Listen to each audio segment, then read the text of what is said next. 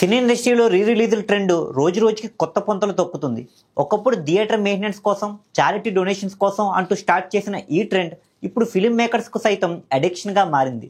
దీంతో అధునాతన remastering technology use చేసి వాటికి లేటెస్ట్ ఎడిటింగ్ స్కిల్స్ జోడించి ఆనాటి కల్ట్ క్లాసిక్స్ను మరోసారి మన ముందుకు తీసుకువస్తున్నారు. ఆ రకంగా ఈ మంత్ అండ్ నెక్స్ట్ మంత్ రిలీజ్కి సిద్ధంగా ఉన్న Baahubali the epic and Shiva చిత్రాలు ఒక్క మన ఇండస్ట్రీలోనే కాదు, అదర్ ఇండస్ట్రీస్లో కూడా టాక్ ఆఫ్ ది టౌన్గా మారాయి. బాహుబలి విడుదలై 10 ఏళ్లు పూర్తయిన సందర్భంగా మూవీ మేకర్స్ బాహుబలి ది ఎపిక్ను రిలీజ్ చేస్తుంటుంటే, అక్కినేని నాగేశ్వరరావు జయంతి సందర్భంగా శివ మూవీని హీరో నాగార్జున 4K వెర్షన్లో రిలీజ్ చేస్తున్నారు.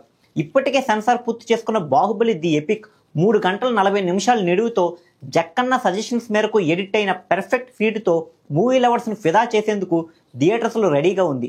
దీంతో ఈ రిలీజ్ మూవీస్కి కూడా న్యూ రిలీజ్ మూవీస్తో ఏమాత్రం తీసిపోకుండా ప్రమోషన్స్ జరుగుతున్నాయి. నెక్స్ట్ మంత్లో రిలీజ్కి రెడీగా ఉన్న శివ మూవీ ప్రమోషన్స్ కూడా ఇప్పటి నుంచే స్టార్ట్ చేసేశారు. పుష్పతో పాన్ ఇండియా స్టార్గా మారిన ఐకాన్ స్టార్ అల్లు అర్జున్తో చేయించిన శివ ప్రమోషన్ అయితే జెన్జీ ఆడియన్స్ను అట్రాక్ట్ చేసేలా ఉంది. దీనికి తోడు బాయ్ కూడా 2 లారీల పేపర్స్తో రెడీ అయిపోయిందంటూ ఇచ్చిన పిలుపు అటు సౌత్తో పాటు ఇటు నార్త్ ఆడియన్స్ను కూడా రీచ్ అయిపోయింది.